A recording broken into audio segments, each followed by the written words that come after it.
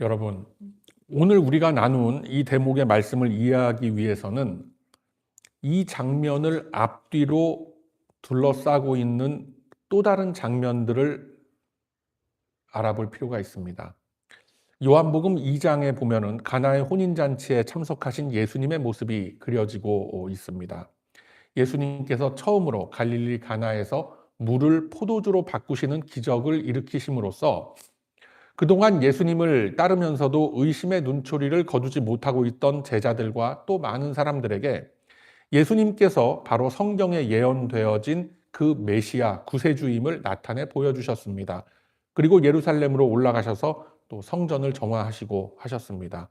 그리고 유대 땅 곳곳을 다니시면서 기적을 일으키시고 많은 표적을 일으키십니다.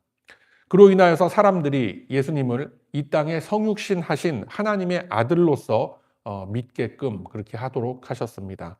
그리고 요한복음 4장으로 넘어가서 보면은 이곳저곳을 다니시면서 사역을 하시던 예수님께서 다시금 갈릴리로 되돌아가십니다. 되돌아가는 길에 수가성에 우물에 있던 그 여인을 만나서 그 여인에게 복음을 전하시고 구원해 주시는 아주 유명하고 감격스러운 그 장면이 등장을 하게 됩니다. 그런데 우리가 잘 알고 있는 이러한 이야기들 사이에 끼워져 있는 대목이 바로 오늘 우리가 나눈 니고데모와의 대화 장면이다라는 겁니다. 예수님과 니고데모와의 대화가 이 성경 말씀을 전반적으로 해석하는 열쇠가 된다라고 말씀을 드렸는데 왜 이 대목이 그렇게 중요한 대목인지를 밝혀 나아가는 것이 오늘 말씀의 중요한 포인트가 됩니다. 본문의 말씀을 보시게 되면 우선 예수님을 찾아왔던 니고데모에 대한 소개가 등장을 합니다. 니고데모는 바리새파 사람이었고 유대인의 관원이었고 이스라엘의 선생이라고 소개가 되어집니다. 그는 유대인의 귀족 계층이었고 최고의 가문과 학벌과 재력을 소유한 유대인의 그 최고위층 그런 그룹에 속한 인물입니다. 게다가 신앙적으로도 모세의 율법에 매우 밝았고 구약성경 전반에 걸쳐서 깊은 지식과 학식을 자랑하던 그런 인물이 니고데모입니다. 그 가운데에서 산헤드린 공회라고 불리는 유대인 최고의 의결기구, 그러니까 요즘으로 치면 국회와도 같은 권력기관에 소속된 그런 인물이 니고데모였던 겁니다. 이 니고데모라는 사람, 산헤드린 공회의 회원이었고 또 유대인의 랍비였다라고 합니다. 유대인 최고의 가문에서 태어난 사람이고 최고의 학벌과 문벌과 재력을 갖춘 이스라엘의 리더입니다. 사실상 우리가 성경을 통해서 이렇게 쭉 보면은 오직 한 사람만이, 오직 한 분만이 이 니고데모, 이 바리새파 사람들에 대해서 꾸짖는 그런 모습을 볼 수가 있죠. 누굽니까? 바로 예수님만이 이 바리새파 사람들에게 외식하는 자여, 회칠한 무덤이여, 독사의 자식들아 라고 하시면서 이 엘리트 귀족들을 비판하면서 정죄하셨음을 우리가 알 수가 있습니다. 당시 사회에서 그 누구도 이 바리새파 사람들의 권위와 사회적 지위에 감히 도전을 하지 못했던 그런 시절이었던 겁니다. 자, 그러한 높은 지위에 있었고 세상적으로는 최고의 자리에 있었던 니고데모라는 사람이 예수님을 만나러 늦은 밤중에 홀로 예수님을 찾아왔습니다.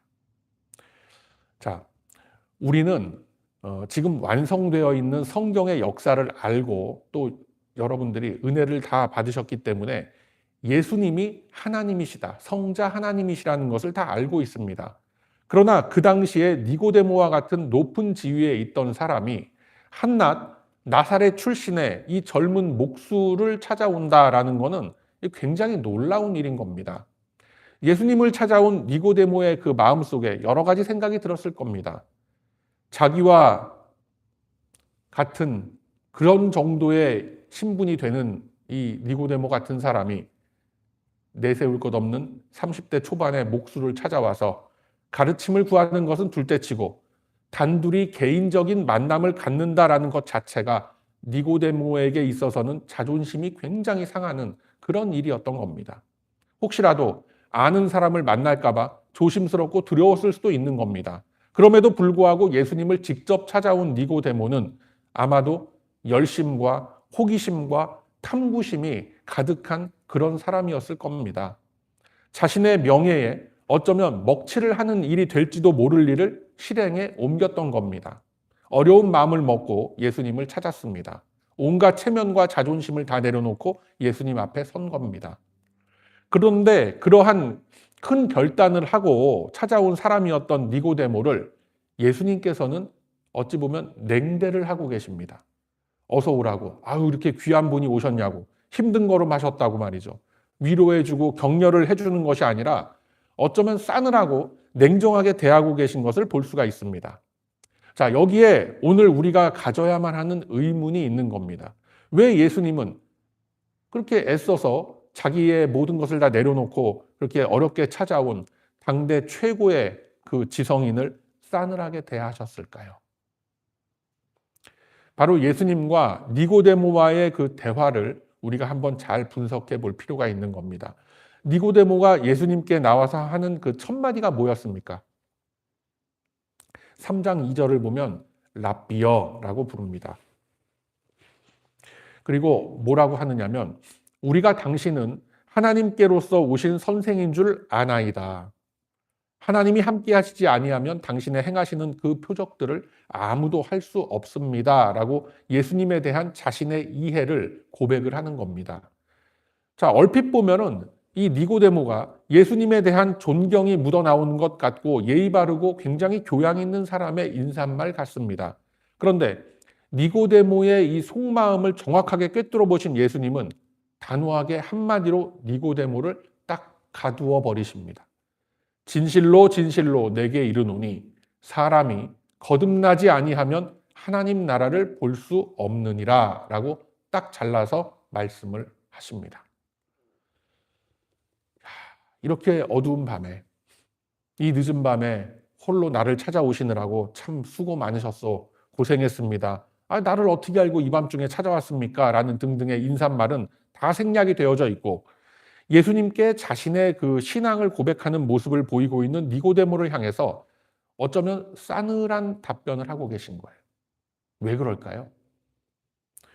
니고데모가 예수님께 이야기를 할 때 내가 당신은 하나님께로서 오신 선생인 줄 알고 있습니다 라고 하지 않고 우리가 라고 그 1인칭 복수를 사용을 하고 있죠. 다시 말해서 니고데모가 그 예수님이 하나님의 독생자였다라는 사실을, 독생자이시다라는 사실을 믿었을까요? 안 믿었을까요? 네? 니고데모가 예수님이 하나님의 독생자라는 사실을 믿었을까요? 안 믿었을까요? 자, 정답은 믿지 않았다라는 거예요. 니고데모는 예수를 믿었던 많은 사람들을 보았고 이적과 기사를 일으키는 메시아 구세주의 출현에 대해서 듣기는 했습니다. 니고데모는 그러한 여러 정황들에 대해서 지적인 궁금증과 더불어서 당시 사람들 사이에서 센세이션을 일으키고 있던 예수님을 알아보고 싶었던 겁니다. 어찌 보면은 호기심이 발동을 한 겁니다. 그래서 온갖 체면을 무릅쓰고 밤에 아무도 보지 않을 시간에 맞춰서 예수님을 찾아왔던 겁니다. 바로 거기까지입니다. 그게 바로 니고데모의 한계였던 거예요. 그러한 니고데모의 깊은 마음속을 꿰뚫어 보신 예수님께서는 너는 다시 태어나야 한다라는 말씀으로써 니고데모가 덮고 있던 그 가면을 확 벗겨버리시는 거예요. 자, 니고데모는 구약 성경 전반에 걸친 깊은 지식과 학식을 가지고 있던 그런 사람이었습니다. 유대인의 국회의원급의 관직에 있었고 유대교의 랍비로서 많은 사람들에게 하나님의 말씀을 가르치던 선생님이었습니다. 그렇지만 니고데모의 관심은 온통 기적과 이적을 일으키는 요술쟁이와 같은 목수 청년에게 맞춰져 있었던 겁니다. 그가 태초부터 성부 하나님과 함께 천지를 창조하시고 삶의 주인이 되시는 구세주라는 사실을, 그리스도라는 사실을 받아들이고 싶지 않았던 겁니다. 니고데모가 가졌던 사회적 지위와 교양과 체면으로는 이 가난하고 볼품없는 초라한 목수를 도저히 이 땅에 현현하신 하나님이라고 받아들일 수가 없는 겁니다. 자신이 가지고 있던 성경의 지식, 높은 학식과 교양으로서는 구세주라고 한다면, 그리스도라고 한다면 최소한 로마 정부에 맞설 수 있는 그런 사람이어야 했던 겁니다. 자신들의 독립과 자신들의 요구와 모든 필요한 것들을 채워주고 공급해주는 절대 권력을 가진 존재라고 믿고 싶었던 겁니다. 그런데 들리는 소문에 의하면 자칭 그리스도라는 사람이 나타나서 누구도 흉내낼 수 없는 기적을 일으킨다라고 하니 유대교의 리더였던 니고데모는 놀라기도 했고 다급한 마음이 들었을 겁니다. 이거 이 사람이 진짜로, 만약에 진짜로 하나님이 보내신 구세주가 맞는단 말인가? 혹시 만에 하나 지금 이 초라해 보이는 이 목수 청년이 그리스도라면 그럼 나는 어떻게 되는 건가? 여러 가지 정치적인 복잡한 생각을 하게 되는 겁니다. 이같이 중심을 잡지 못하는 니고데모를 향해서 예수님은 가차없이 말씀을 하십니다. 거듭나라 라고 하는 거예요. 여러분, 거듭난다라는 말이 무슨 뜻입니까?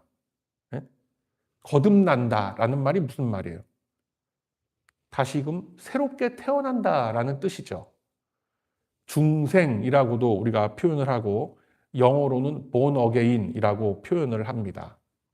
근데 이게 다른 데서 얘기하는 중생하고는 달라요. 무리 중자하고 날생자 쓰는 그 중생하고 제가 이 중생, 그러니까 born again이라는 개념을 깨달은 지가 사실은 그렇게 오래되지 않습니다. 아마 한 30 초반 정도에 제가 깨달았던 것 같아요. 그 전에 중생이라고 하면은 저는 어떻게 생각을 했었냐면 한글 성경을 보면서 이 무거울 중자를 쓰는 줄 알았어요. 중생, 무거울 중자 써서 중생. 그래서 어린 시절에는 제가 어떻게 생각을 했냐면 중생이 필요하다. 중생을 했느냐 이런 이야기를 들으면은 인생을 좀 이렇게 진지하게 무겁게 좀 이렇게 그렇게 살아야 되는 거구나. 그냥 그렇게만 저는 이해를 했었어요. 누구도 저한테 다시 태어난다라는 뜻이다라는 거듭 중자, 다시 중자를 쓴다라고 알려준 사람이 없었어요. 어떤 우연찮은 기회에 제가 깨닫게 되고 굉장히 큰 깨우침을 얻었던 그런 경험이 개인적으로 있기도 합니다. 자, 이 다시 태어나야 한다라는 이 말을 들은 니고데모는 큰 충격에 빠지게 되죠.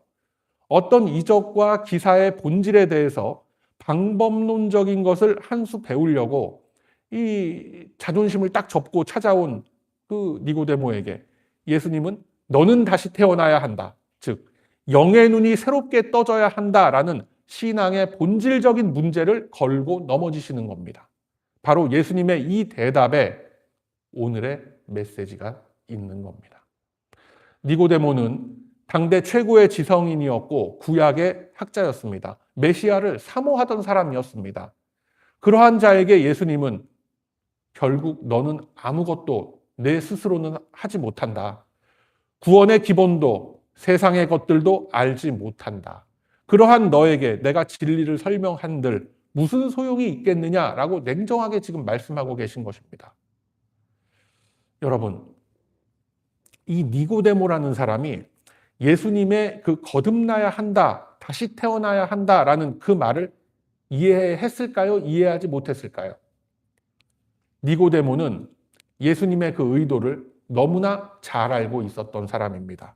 그러나 니고데모를 무겁게 짓누르고 있는 것은 그가 평생을 믿고 옳다고 따랐던 형식적인 유대교의 관습이었던 겁니다.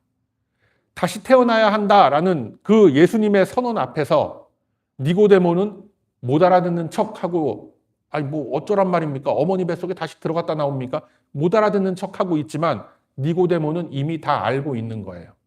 자기가 빠져 있었던, 자기가 속해 있는 그 유대교의 율법의 관습들이 얼마나 철저하게 자신을 올가매고 있었다라는 사실을 이미 다 알고 있었던 겁니다.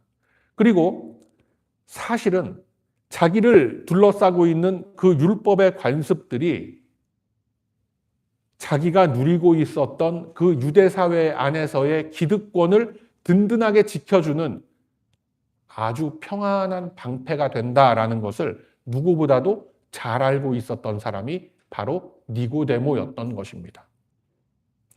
그래서 예수님을 찾아왔던 이 니고데모의 속마음이라는 것은 바로 이런 겁니다. 예수님, 그래, 그렇습니다. 나도 잘 알겠습니다. 무슨 말씀 하시는지 나도 다 이해했습니다. 그런데 나는 더 이상 변할 수가 없습니다. 내가 지금 이 나이에 사회적인 위치와 체면이 있지. 내가 지금 어떻게 유대교를 다 내려놓고 뭐 어쩌란 말입니까, 지금 나한테. 결국 자신이 누리고 있던 사회적 지위와 세상의 것들을 내려놓지 못하겠다라는 그 갈등이 서려 있는 대답이 바로 못 알아듣는 척하면서 다시 태어난다는 게 뭡니까? 어머니 뱃속에 들어갔다 나오란 얘기입니까? 이렇게 대답을 하는 니고데모였던 거예요. 이러한 니고데모의 갈등에 대한 예수님의 답변이 5절 이하의 본문 5절 이하의 말씀에 쭉 기록이 되어져 있는 겁니다. 그래서 예수님이 말씀하시기를 물과 성령, 즉 말씀과 성령의 역사로 새롭게 태어나지 못하면 그 누구도 하나님의 나라를 볼 수가 없다라고 하셨던 겁니다. 그러니까 하나님의 나라에 들어갈 수 있다 없다라는 정도가 아니라 아예 그 나라가 어디에 있는지 바라볼 수조차 없다라고 하시는 거예요. 그러나 이 니고데모는 자신의 영적인 변화와 그 성숙에 대해서 얼마나 두려워하고 있습니까, 지금? 하나님의 말씀 그 자체이신, 걸어다니는 말씀이신 이 예수님을 눈앞에서 지금 독대를 하고 있음에도 불구하고 자신이 누리던 세상의 가치와 세상의 지위와 그 세계관들, 그거를 내려놓는 것이 두렵고 용기가 안 나는 겁니다. 수많은 기적과 그 이적의 소문을 다 들었던 니고데모였습니다. 그러나 이 니고데모에게 아직까지 성령의 뜨거운 역사는 일어나지 않았던 겁니다. 그래서 여기서 우리가 분명하게 알 수 있는 사실이 바로 다시 태어난다라는 것, 거듭남이라는 것은 인간의 의지로서 할 수 있는 일이 아니라는 겁니다. 내가 그냥 스스로 나는 거듭난 다시 태어난 크리스찬이야 라고 자기 암시를 한다고 해서 될 수 있는 성질의 게 아니라는 겁니다. 하나님께서 오직 당신의 말씀으로써 거듭나게, 그러니까 다시 태어나게 해주셔야 되는 거예요. 옛 사고방식의 패러다임에서 180도 변한 새로운 그 사고의 틀을 가져야 되는 거예요. 여러분 중에 자신이 언제 어떻게 태어났는지 기억하는 사람 계십니까? 아무도 없어요. 여러분들 지금 다 벌스데이, 생일이라는 걸 다 알고 계시잖아요. 가지고 계시잖아요. 또 이제 다가오는 6월 달에 우리 임상국 집사님 생일도 딱 있고 한데 그 생일을 어떻게 아십니까? 부모님이 그렇다고 하니까 그런가 보다라고 우리는 알 수 있을 뿐입니다. 만약에 잘못된 정보가 호적에 입력이 되었다 하더라도 그 진실을 알고 있는 사람은 누구예요? 바로 나를 낳아준 부모님들밖에 아무도 모르는 거예요. 동사무소 서기도 모르는 거예요, 그건. 마찬가지로 여러분, 우리의 영적인 탄생도 이와 같은 겁니다. 내가 모르는 사이에 내가 그저 비록 건성이나마 왔다 갔다 하면서 말씀을 듣고 말씀을 보고 하는 이런 어떤 반복되는 일상 속에서 어느 날 나도 모르게 하나님이 나를 구원해 주신 거고 하나님께서 나를 다시 태어나게 해주시는 거예요. 그것이 누군가에게는 뜨거운 체험으로 기억에 남는 그런 것이 될 수도 있고 누군가에게는 어려서부터 지금 이 나이 먹을 때까지 그냥 습관처럼 반복처럼 왔다 갔다 하는 그 시간들 속에서 나도 모르게 믿음이 자라나고 나도 모르게 성숙해 가면서 어느 날 뒤를 돌아봤더니 이래서 내가 다시 태어난 크리스찬이라는 게 이런 거구나라고 깨닫게 되는 거예요. 어떤 분들은 본인이 성도로서 다시 태어났다라는 그 날짜와 시간을 알 수 있다라고 그러는데 그거 다 거짓말이에요. 그런 거 믿지 않습니다, 여러분. 그거 아주 위험한 주장인 거예요. 오늘 예수님께서 니고데모에게 하시는 말씀이 바로 이러한 말씀인 겁니다. 바로 네가 구원을 찾아서 헤매는 그 자체가 바로 너의 교만이고 너의 의다라고 하시는 거예요. 구원은 네가 찾는다고 찾을 수 있는 것이 아니다라고 말씀하시는 겁니다. 내가 너에게 주는 거다라고 말씀하시는 거예요. 그렇기 때문에 이 구원의 문제는 성령의 간섭하심이 없이 사람의 열심으로 되어지는 것이 결코 아니더라는 거예요. 이렇게 되면은 우리들의 마음속에 또 다른 의문이 좀 생길 수가 있습니다. 아니, 뭐 어떤 목사님 말씀 들어보고 또 어떤 성경의 어떤 대목을 읽어보니 열심히 하나님을 붙들라고 그러고 열심히 하나님을 붙잡아라, 말씀을 붙잡아라, 결단하고 순종해라, 뭐 헌신해라, 충성해라, 뭐 하나님께 간구해라, 입을 크게 벌려라, 뭐 이렇게 하는데, 아니 그런 말씀은 그럼 도대체 뭡니까? 이게 지금 좀 뭔가 모순되는 거 아닙니까? 라는 의문이 생길 수도 있어요. 너무나 당연한 원리입니다, 여러분. 구원은 절대적으로 하나님의 주권적인 그 역사하심으로 인해서 이루어지는 거예요.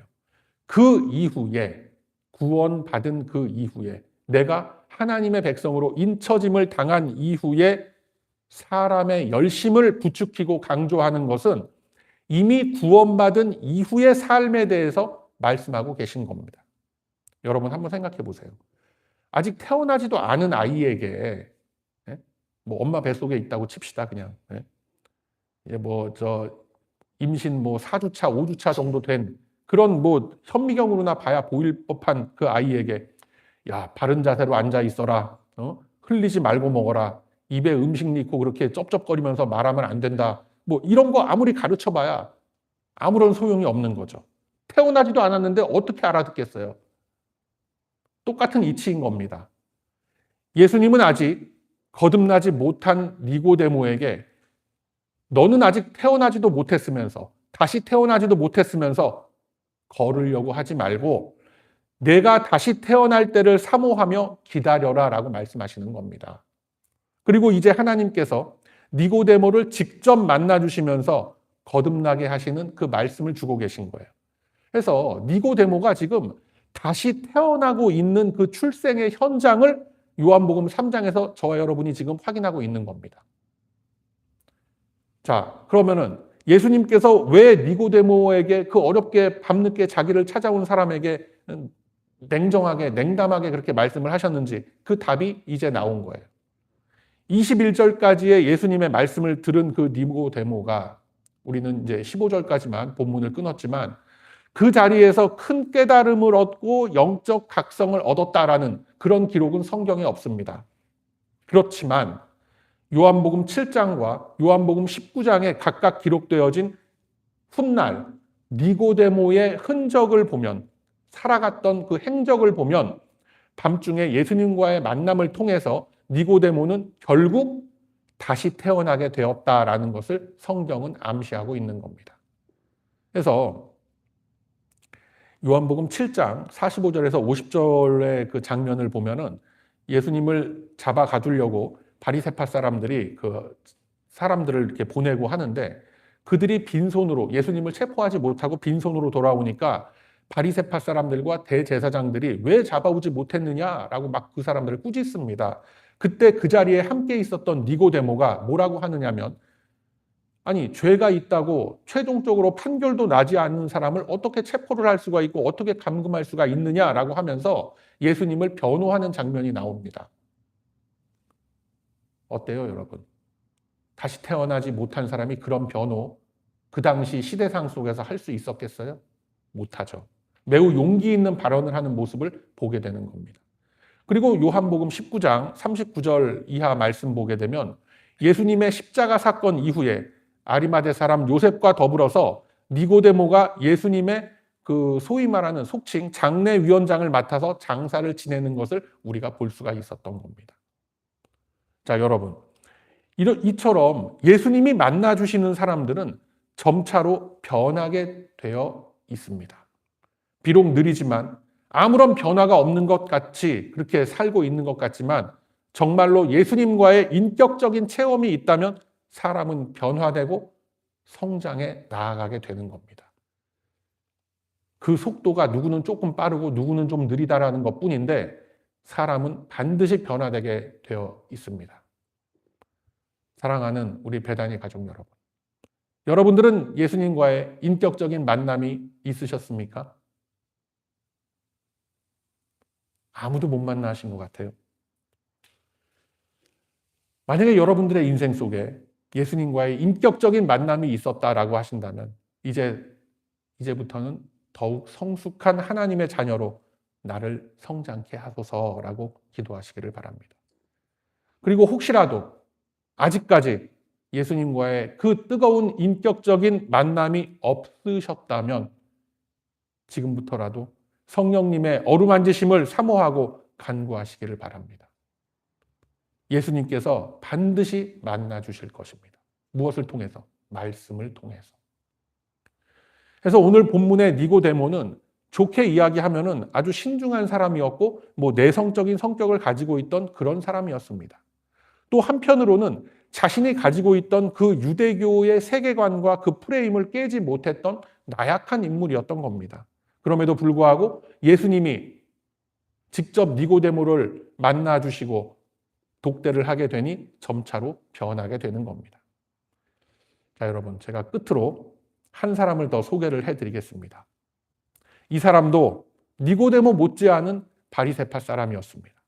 당대 최고의 가문에서 자라난 그런 지성인이었고 유대교의 리더 그룹에 속해 있었고 유대인의 관료라고 할 수도 있는 인물이었습니다.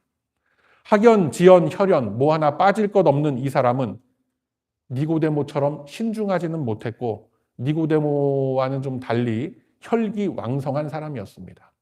혹시 이 사람이 누군지 아시겠어요? 네? 아유, 제가 이야기하기 전에 먼저 정답을 말씀을 해버리시니까 이게 김이 팍 새는 이제 또 그런 게 됩니다. 그 사람이 사도 바울 여러분 다 아시겠지만 유대교를 그렇게 신봉하는 사람이었고 예수가 메시아라는 것을 믿는 사람들 적극적으로 나서서 체포하고 감금하던 그런 사람이었던 거 우리 다 알지 않습니까? 그런데 이 사람도 예수님을 만나고 나니 인생이 변하게 된 겁니다. 이 사도 바울이 예수님을 만나고 나서 했던 고백이 있습니다. 제가 한번 쭉 말씀을 보도록 하겠습니다. 자, 여러분 오늘 나눠드린 그 말씀 카드에도 있는 그 대목의 말씀입니다. 그 이후의 말씀까지 제가 쭉 보도록 하겠습니다. 빌립보서 3장 7절에서 9절의 말씀을 제가 봅니다. 그러나 무엇이든지 내게 유익하던 것을 내가 그리스도를 위하여 다 해로 여길 뿐더러 또한 모든 것을 해로 여김은 내 주 그리스도 예수를 아는 지식이 가장 고상하기 때문이라. 내가 그를 위하여 모든 것을 잃어버리고 배설물로 여김은 그리스도를 얻고 그 안에서 발견되려 함이니 내가 가진 의는 율법에서 난 것이 아니오 오직 그리스도를 믿음으로 말미암은 것이니 곧 믿음으로 하나님께로부터 난 자라 라고 하는 거예요. 아멘. 하나같이 예수님을 만난 사람들은요 인생이 뒤집히고 바뀌게 되어 있는 겁니다. 용기를 얻어서 복음을 전하게 되고 예수님의 십자가 도를 삶의 중심에 놓고 살아가게 되는 거예요. 예수님을 만난 사람들은 예수님을 전하는 것이 창피하게 느껴지지 않습니다. 복음을 부끄러워하지 않는 겁니다. 오히려 내가 이 말씀대로 살지 못하고 있다라는 나의 현실이 더 창피스럽고 고통스러운 일이 되는 거예요. 내가 말씀 앞에 순종하지 못하고 있다라는 이 사실이 더 부끄럽게 여겨지는 겁니다. 그래서 여러분, 이제 예수님을 만난 확신이 있는 여러분들은 한번 여러분의 주변을 한번 돌아보시기를 바랍니다. 여러분의 가족, 친지, 주변인들 중에 아직도 예수님을 만나보지 못한 그런 분이 여럿 있을 겁니다. 그래서 그분들을 위하여 언제나 기도하시기를 바랍니다. 더 늦기 전에 그분들이 예수님을 인격적으로 체험할 수 있도록 기도하시기를 바랍니다. 더 늦기 전에 예수님을 만날 수 있도록 간구하시기를 바랍니다. 간절한 눈물로서 간구하는 우리의 기도를 우리 하나님은 금양로에 담아서 받으신다라고 하셨습니다.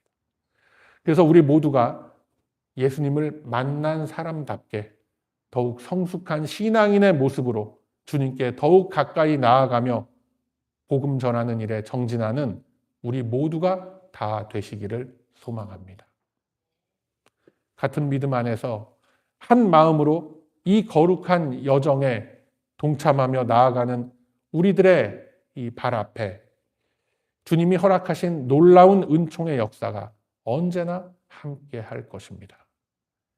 그러므로 이제는 하나님이 언약하신 그 말씀들이 초대교회를 넘어 이 시대 나의 삶 속에도 동일하게 주어진 소명임을 깨달아 말씀을 전하며 또 말씀 안에서만 살아가기로 다짐하는 저와 여러분의 값어치 있는 이 인생길이 다 되시길 이 아침에 주님의 이름으로 축원드립니다.